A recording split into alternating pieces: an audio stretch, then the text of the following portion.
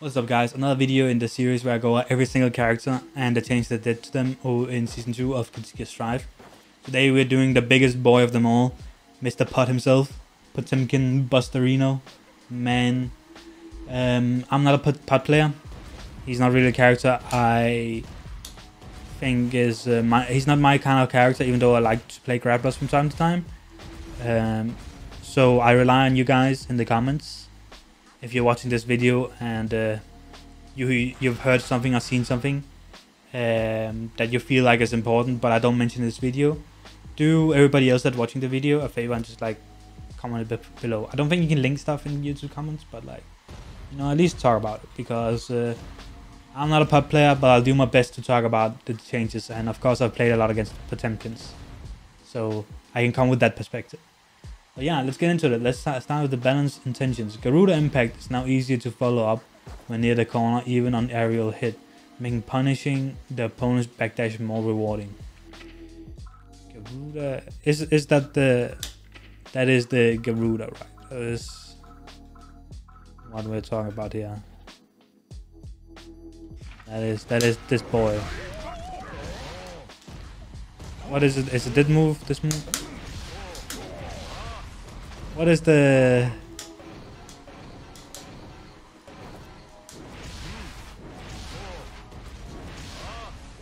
I don't know how to carry cancel. I don't know what move you used to carry.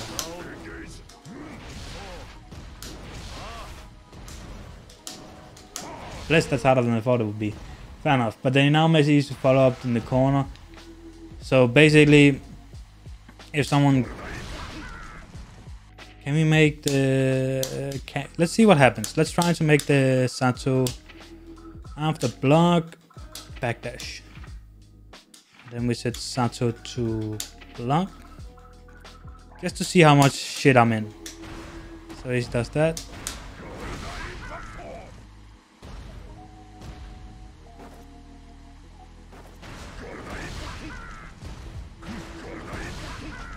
I'm not sure if I'm catching his... Oh my god, I'm just keep trying to dash forward.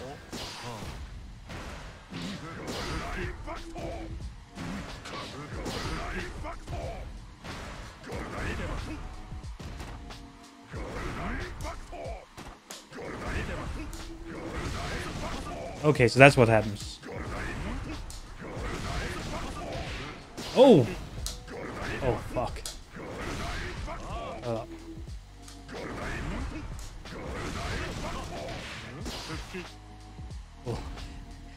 Okay, I'm not a pub player, as I said, but okay, I can imagine that you can probably get a mega fist from that now. Seems pretty crazy. How about mid screen? That's where you usually like. That's where you say you should backdash. Yeah, okay, you still get out pretty skippy. But in the corner, backdashing Garuda Impact probably gonna be scarier. But like, okay, let's go. Okay, let's read the next thing. Sorry. Gigantia Kai used to function as both an invincible move and as a way to maintain offense. It no longer has invincibility, but has been improved as a tool to maintain offensive pressure. It now works as in a block sting after forward K, opening up the potential for a high-low mix-up with his dust attack or sweep, or going for guard cross with Garuda Impact. Okay. Yeah. Let's get back to that later, but like just quickly talking about it. Garuda Impact, you shouldn't really go backdash Garuda Impact in the corner. You should jump out. I know it's so easy to sit here and say this is what you should do. So it feels like kind of like a weird change, because you would only really, like the rule of thumb against Potemkin is backdash Garuda Impact mid screen, jump out Garuda Impact in the corner. That's like so it kind of feels weird that they're yeah. Okay, it just kind of feels like a weird thing for them to buff. Doesn't seem that important. But yeah, let's go into the actual changes. Standing K, reduced frontal hurt box. So harder to... let's just turn that off real quick. So that means that's probably gonna be harder to whiff punish. Not that I ever really have whiff punished that move in my life, but... fair enough. Crouching K, decreased knockback. Yeah, we love to see it. So this is way more reliable. It is Season 2 approved. Crouching S, reduced frontal hurt box. Okay, so better footsie tool. Standing HS, reduced frontal hurt box. Oh wow. But like the reason they do this, even though it sounds insane, is because there are some characters in the game that has really good far-reaching numbers that don't really have that much of a frontal hurt box. So instead of making their move ram worse, they decided to bring all the other characters with really bad frontal hurt boxes in line. So like, it's good. It's good even though it's scary when you don't play the character. Forward HS. Reduced frontal hurt box, reduced horizontal blowback distance. The opponent can no longer recover after landing on counter hit. Reduced tumble duration on counter hit. Reduced frontal hurt box, yeah. Reduced horizontal blowback distance. I mean, that's still pretty far blowback distance. I mean, he still goes through the screen. So what? How can you reduce it? Couldn't really buff it, could you? Opponent can no longer recover after landing counter hit. Let's see. So the counter hit has changed. Okay. So reduced tumble duration. So how do you do the? Is that a charge move? That's a charge move. Right? How do you do that? So is the idea that almost worked? Oh, it does work. Wow, that's a lot of damage. And it's not even so like that. I guess that's the idea, right? Or like maybe even you don't want that to hit and like. Oh wow. Honestly, that looks sick. Like it just looks cool. Like he follows him in and stuff like that.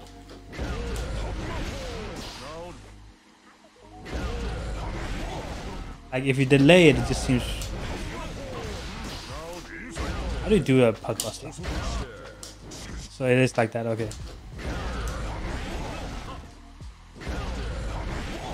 That's definitely like a. I don't know if a distance thing. That's cheap. That's cheap. Is he dead? Is he actually like? Wait. If you get hit by that, are you actually dead? Okay, wait.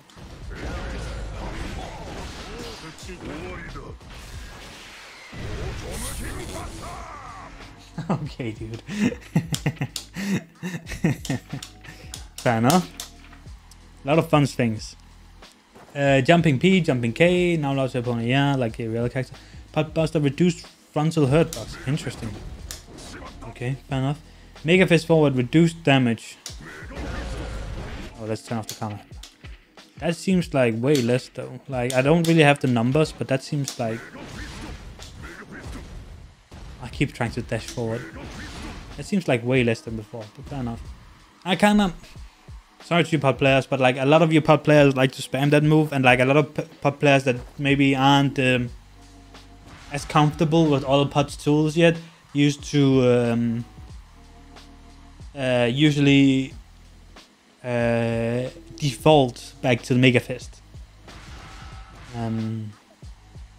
So that reducing some damage seems fine to me, so it's not like this default option that like both is really strong but also like the go-to thing to do. But I guess it's also a combo thing. I think it might be more of the combo thing. And the next thing, Hammerfall. Why did I say it like that? Hammerfall. The opponent can no longer recover after landing on counter hit. It's been a long morning, guys. Increased maximum forward momentum movement time possible.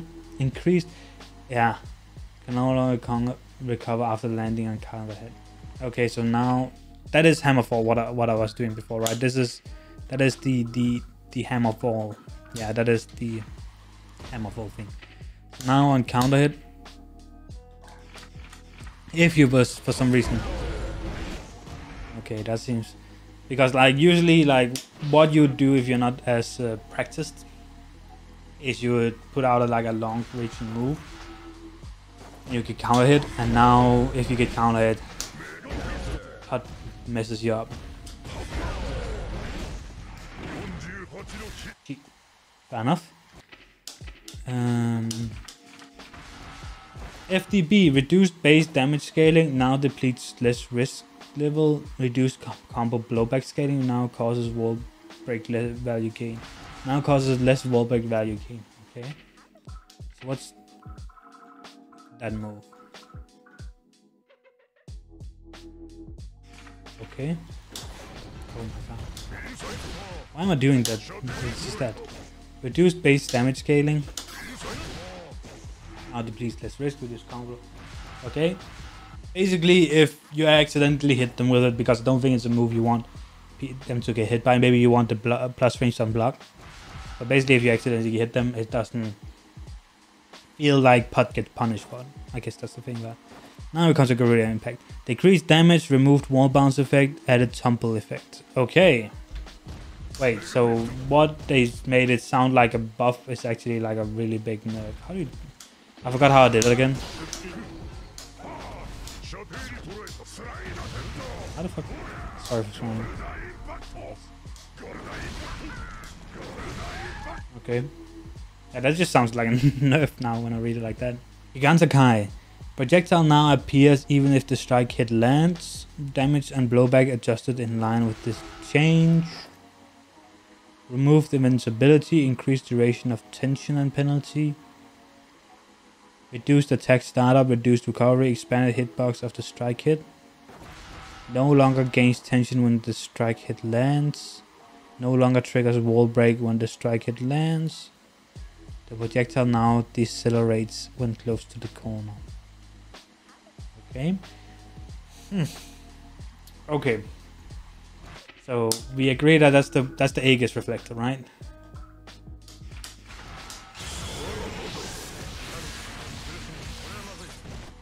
Okay.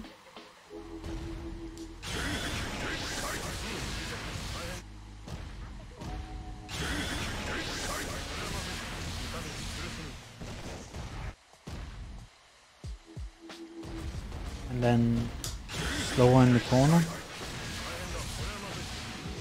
Accelerates. It seems like it accelerated.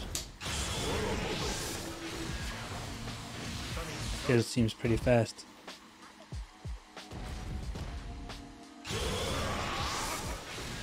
Okay, I see it. Yeah, okay. No longer gains kit, no longer triggers expanded hitbox after strike hit. Okay. So the only thing I'm thinking about here is they removed the invincibility, but they're saying something else about the projectile and how it appears even if the strike hit lands. Damage blowback. So the strike hit. Before they did the projectile didn't come out there, right? So it's the idea now that like because there's no invincibility, the move still comes out if you trade, and then you get a positive trade for that. So like the idea is more that Potemkin has more life, so he should be able to trade his HP in these kind of wake up situations instead of having invincibility on. Reduced attack startup, reduced recovery. So it's okay, yeah. So it's less of a wake up. Basically, they don't want it to be a wake up move, like they said. They don't want it to be a wake up move, and more like a move Potemkin does mid screen to make their opponent scared. Like this is what they want. This is what they want. They want a mix up of it. They want it to be an Aegis reflector. I used to play Yuri in Street Fighter 5 for people that... Why does he keep mentioning that move? I don't want to see... Let me... 1 second. What's up, guys? Back. I'll quick edit here. So I just wanted to see what happens if you hit Potemkin with a meaty and he does that move setup. So we have Sato here, my character, and we have Potemkin. On wake up, he's gonna do the mirror. So let's just do a basic Sato pressure string. So, you know, like... Okay.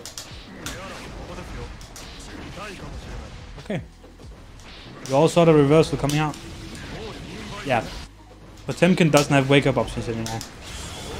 And if you mess it up, you really get fucked up. Yeah.